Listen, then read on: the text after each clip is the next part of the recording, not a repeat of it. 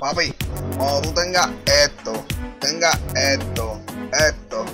estos brilloteos y Palo Santo, tú me hablas, papi, ya tú sabes, tirando mi demo en la carretera por ahí, poco a poco, mi gente. Vamos a ver, si Dios permite, escuchar lo nuevo de Carlillo, metiéndole de dembow, ya tú sabes, Carlito el experto, poco a poco haciendo de todo. Al que no le guste, mámame el bicho. Si no te gusta, mámame el bicho. Ya tú sabes, papi, en la carretera.